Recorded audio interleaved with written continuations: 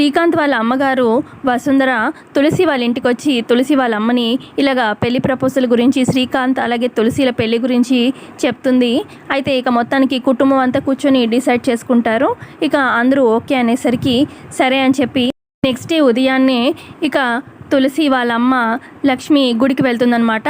పువ్వులు, గాజులు, ఇక చీర అవన్నీ అమ్మవారి ముందు పెట్టి ఇక తీసుకెళ్దాం కూతురికి ఇద్దాము అన్నట్టుగా ఇక గుడికి వస్తుంది లక్ష్మి ఒక్కతే. ఇక గుడికి వచ్చి పంతులు గారికి ఇక చీర అమ్మవారి దగ్గర పెట్టి పూజ చేయమని చెప్తారనమాట. ఇక చెప్పడంతో పూజ చేసి ఇస్తారు. ఇక ఇంటికి బయలుదేరదామని చెప్పి గుడిలో నుంచి బయటకు వస్తూ ఉంటుందన్నమాట లక్ష్మి. ఇక అదే గుడికి వస్తాడు సిద్ధు.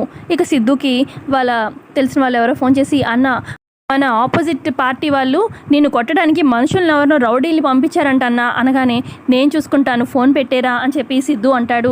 ఇక సిద్ధు వెనక్కి తిరిగి చూడగానే కొంతమంది రౌడీలు ఇక కత్తితో మాటు పొడవడానికి సిద్ధుని రెడీగా చూస్తూ ఉంటారనమాట.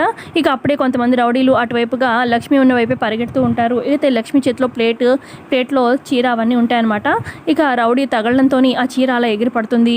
ఇక గాలికి ఆ చీర కరెక్ట్గా ఒక రౌడీ మీద పడడంతో ఆ చీరని ఇక సిద్ధు తన చేతికి చుట్టుకొని అక్కడున్న రౌడీలందరినీ కుమ్మేసి కొడతాడు. ఆ తర్వాత ఇదంతా చూస్తూనే ఉంటుందన్నమాట లక్ష్మి.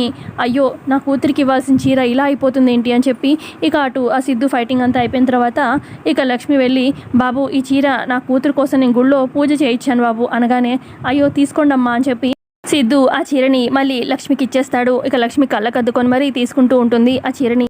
మరి తులసి శ్రీకాంత్ ఇంటికి కోడలుగా వెళ్తుందా, లేదంటే మరి సిద్ధు ఆల్రెడీ తులసిని ఇష్టపడుతున్నాడు కాబట్టి మరి ఎవరింటికి కోడలుగా వెళ్తుంది తులసి అనేది కమింగ్ ఎపిసోడ్లో తెలుసుకుందాము. వీడియో కనుక నచ్చితే ఖచ్చితంగా లైక్ చేయండి promo. So thanks for watching.